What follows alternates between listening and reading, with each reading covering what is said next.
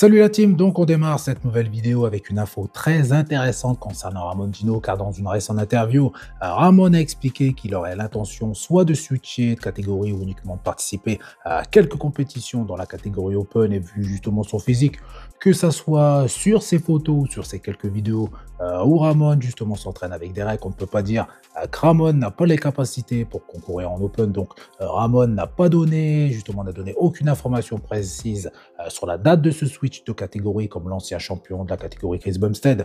Dans tous les cas, Ramon a pour moi bien évidemment le potentiel pour. Il prend comme pas mal d'athlètes classiques physiques du muscle très facilement, restant assez propre et surtout une chose très importante, très esthétique. Donc je pense que Ramon pourrait faire très mal dans cette catégorie, surtout quand on regarde son physique avec plusieurs kilos supplémentaires. Il affiche un physique vraiment très complet, très rond, et ça très rapidement. Donc avec quelques mois de off-saison, Ramon deviendrait encore plus impressionnant.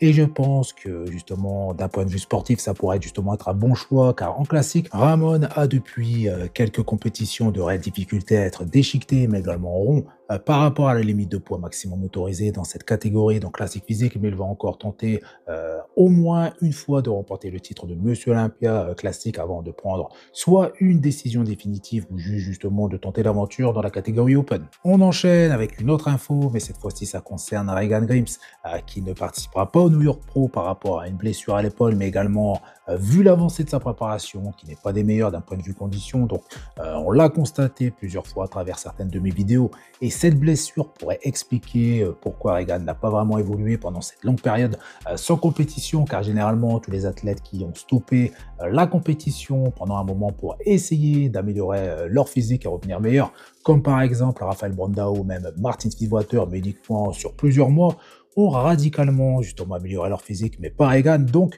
son physique semble justement le même et il s'est uniquement stabilisé, ce qui est déjà justement une bonne chose, mais c'est loin d'être suffisant, surtout pour un athlète qui avait pour but justement de faire partie des meilleurs de la catégorie Open. Donc dans une de ses dernières vidéos, Regan explique que son préparateur n'a pas été assez réactif par rapport à l'évolution justement de son physique et des séances de cardio, et ces séances de cardio ont été ajoutées un petit peu trop tard par rapport justement à sa préparation au vu de l'évolution de son physique, ce qui me semble assez étrange, surtout venant de Stéphane Kinsel. Après, bien évidemment, on ne sait pas, on ne connaît pas les discussions, les méthodes qui avaient été mises en place justement pour la préparation de Regan.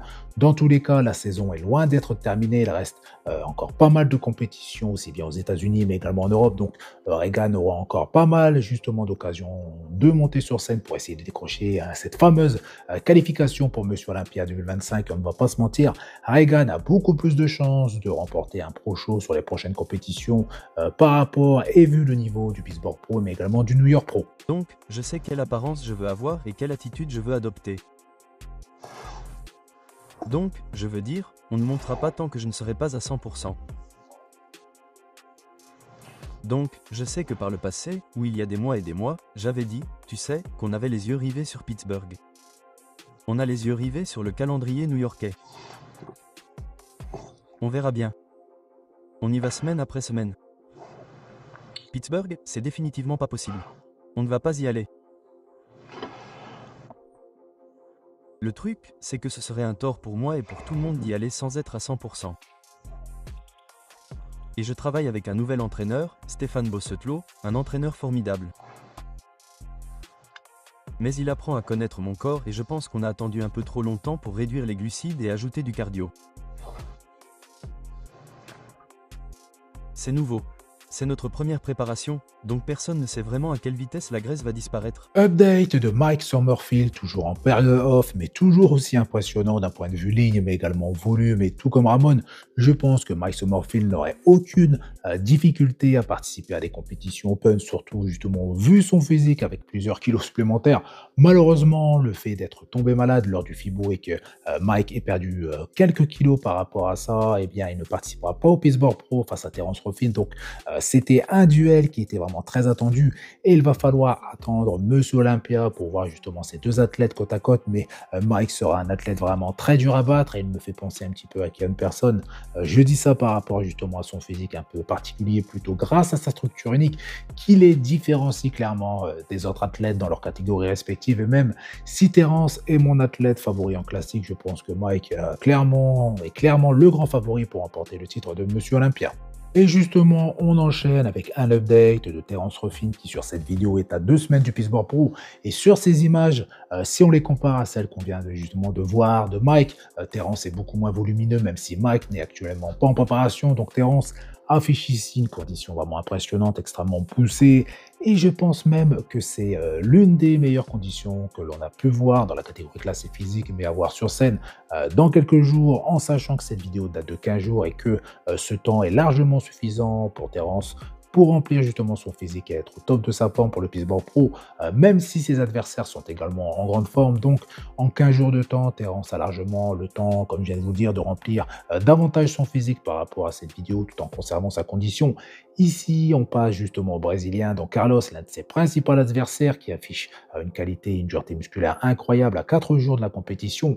Et j'ai vraiment hâte justement de voir cet athlète sur scène, car en plus de sa condition et de sa qualité musculaire, son physique est vraiment très volumineux, mais également très rond, mais malheureusement aucune image de son physique dans sa globalité pour juger de son esthétisme, de son équilibre et de ses proportions. Mais pour le moment, je suis vraiment très impressionné par cet athlète. Il est découpé de la tête aux pieds. Son physique affiche énormément de séparation et beaucoup de détails, tout comme José Manuel, qui, je le rappelle, n'a que 23 ans, mais n'affiche pas encore un physique aussi complet, équilibré que Terence et que Carlos.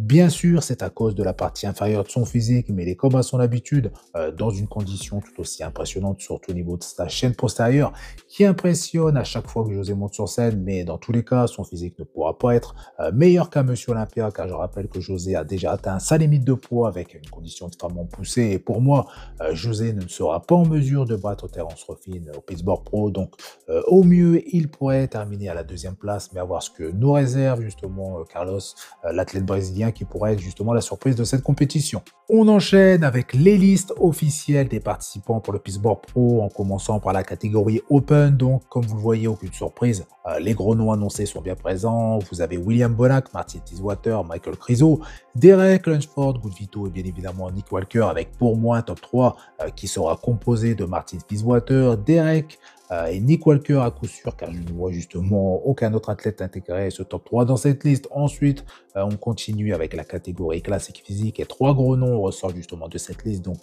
Carlos de Oliveira, José Manuel, l'athlète espagnol, bien évidemment Terence Ruffin, mais il peut y avoir dans cette liste des athlètes peu connus qui pourraient surprendre sur scène, mais le gagnant sera très probablement Terence Ruffin au vu de son physique justement et de son palmarès. On continue cette vidéo avec l'info la plus importante de cette vidéo, car Good Vito a environ 2 jours de Peace Board Pro a annoncé une triste nouvelle pour les fans de body, car il a officiellement déclaré forfait pour le Peace Board Pro en raison d'une blessure. Donc, selon sa publication qui a été postée il y a quelques heures, il s'est blessé au dos lors d'un entraînement il y a quelques jours.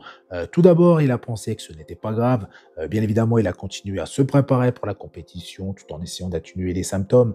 Cependant, la douleur est devenue de plus en plus intense au point qu'il ne pouvait plus s'entraîner et poser correctement. Et la suite de cette compétition, vous l'avez compris, a été compromise. Donc, à l'approche de l'événement, son coach et lui ont constaté qu'il devenait difficile de confirmer sa participation.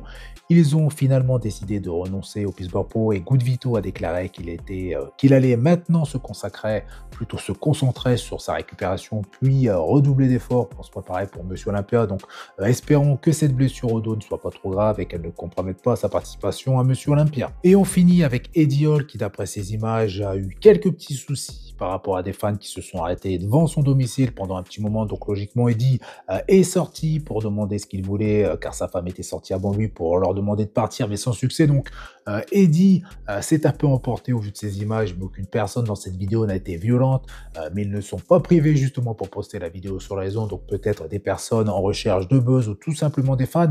Dans tous les cas, Eddie a présenté des excuses par rapport justement à la présence d'enfants dans la voiture. Donc de ce côté-là, Eddie a bien fait, mais ces personnes, fans ou non, n'ont pas à aller chez Eddie justement pour le déranger. Et ce n'est pas la première fois que ce genre de choses arrive et ce ne sera pas la dernière.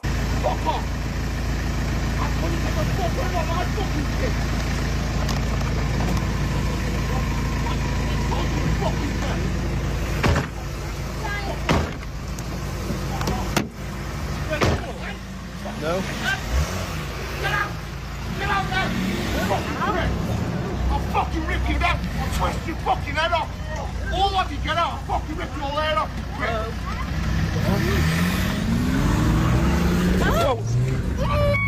What the fuck? This video has been circulating online, painting me as a bully, an ogre, someone that upsets kids. There is always two sides to every story. Now, please go and watch the truth. Go and watch the story on my YouTube channel. I'll put the link in my stories right now, so go check it out and have a look at what really happened last night. You rip your neck, I'll twist your fucking head off. All of you get out, you rip your head off.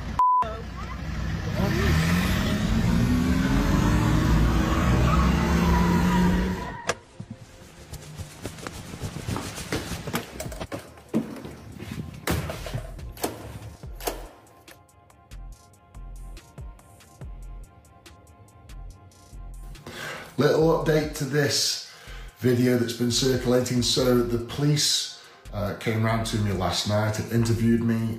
Callum, won't say his second name, has tried to press charges for assault and damage to his car. Having spoken to the policeman direct, there is no marks on Callum's face whatsoever. There's no damage to his car whatsoever. And I did in fact make a point that Callum was using his phone whilst driving. So, and he did say he was going to take that matter into his hands. And just look at this. Exactly a year ago, some tramp looking like they're trying to scope out my house, taken from his Ring doorbell. Well, Callum, seems as though you don't like it done to you, but you do it to other people. Donc voilà, c'est tout pour cette vidéo. Donc comme d'habitude, je compte sur vous pour faire péter les pouces bleus, ça fait plaisir. Vous pensez également à vous abonner pour ne pas rater mes prochaines vidéos. Je vous dis à bientôt. Salut!